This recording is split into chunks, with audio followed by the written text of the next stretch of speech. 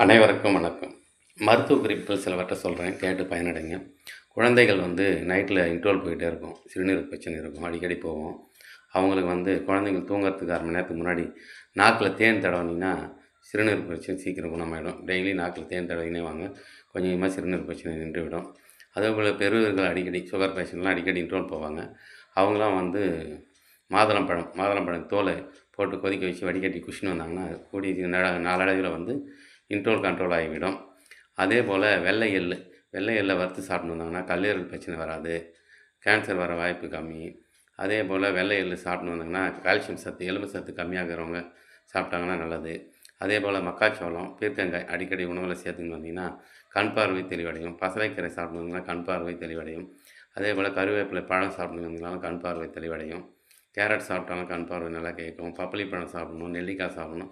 இதெல்லாம் உணவில் சேர்த்துட்டு வாங்க, ஓரளவுக்கு கண் பார்வை நல்லா தெளிவடையும்.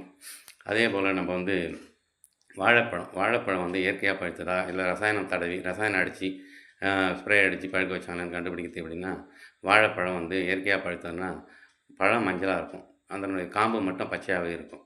அப்படி இருந்ததுன்னா இயற்கையாக பழுத்ததுன்னு அர்த்தம். பழமும் மஞ்சளாக இருக்கும், அந்த காம்பும் மஞ்சளாக இருந்ததுன்னா ரசாயனம் ஸ்ப்ரே அடித்து பழுக்க வச்சாங்க, அது சாப்பிடாதீங்கன்னு அர்த்தம். அதே போல் நம்ம தண்ணி ரொம்ப நாள் கெடாமல் இருக்கணும்னா ஒரு தொட்டிலையோ நீர் தொட்டிலையோ வேறு எதுலையோ நம்ம நாவல் கட்டை ஒன்று சின்னதாக வெட்டி போட்டிங்கன்னா ரொம்ப நாள் கெடாமல் இருக்கும். அதே போல் குழந்தைங்க தண்ணி எடுத்து போச்சுன்னா அந்த வாட்டர் பாட்டிலில் ஒரு நெல்லிக்காய் கட் பண்ணி போடுங்க, நாளாக கட் பண்ணி போட்டுருங்க. குழந்தைக்கு எனர்ஜியாக இருக்கும், தண்ணியும் கெடாமல் டேஸ்ட்டாகவும் இருக்கும், குழந்தைங்க நன்றாக குடிக்கும். அதே போல் நல்ல தேனாக கெட்ட தேனாக கண்டுபிடிக்கிறது எப்படின்னா, ஒரு டம்ளர் தண்ணியில் ஒரு கண்ணாடி டம்ளர் எடுத்துக்கின்னு வச்சுங்களேன், அதில் ஒரு டம்ளர் தண்ணியில் ஒரு ஸ்பூன் தேனை போடுங்க. தேனை ஊற்றுனீங்கன்னா அது நல்ல தேனாக இருந்தால் கீழே போய் அழகாக செட்டில் ஆகிடும், தண்ணியோட கலக்காது. கலப்பட தேனாக இருந்தால் தண்ணியோட கலந்துரும், அது கலப்பட தேன்னு தெரிஞ்சுக்குங்க. அதே போல் ரத்தத்தில் சிவப்பணுக்கள் அதிகரிக்க வேணும்னா மரவள்ளி கிழங்கு அடிக்கடி சாப்பிடுங்க.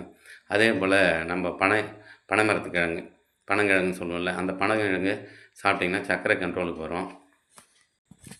அதே போல் பெண்களாகட்டும் ஆண்களாகட்டும் வருஷத்துக்கு 2 தடவை உள்ளங்கையில் மருதாணி வைக்கணும். ஆயுள் கூடும், மூளை குளிர்ச்சி அடையும், மன அழுத்தம் இருக்காது, ஹார்ட் அட்டாக் வர வாய்ப்பு கம்மி.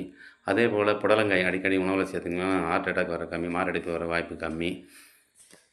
அதே போல் பீட்ரூட் ஜூஸுடன் எலுமிச்சம்பழம் சாறு கலந்து குடிச்சின்னு வந்தீங்கனாலும் நம்ம ஹெச்பி ஹீமோகுளோபின் அதிகரிக்க, ரத்தத்தில் சிவப்பணுக்கள் அதிகரிக்க வாய்ப்பு இருக்கிறது.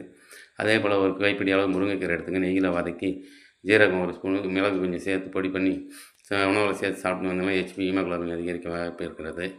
நம்ம சேனலை சப்ஸ்கிரைப் பண்ணுங்கள், லைக் பண்ணுங்கள். இன்னும் சில மருத்துவ குறிப்புகளோடு உங்களை சந்திக்கிறேன். நன்றி, வணக்கம்.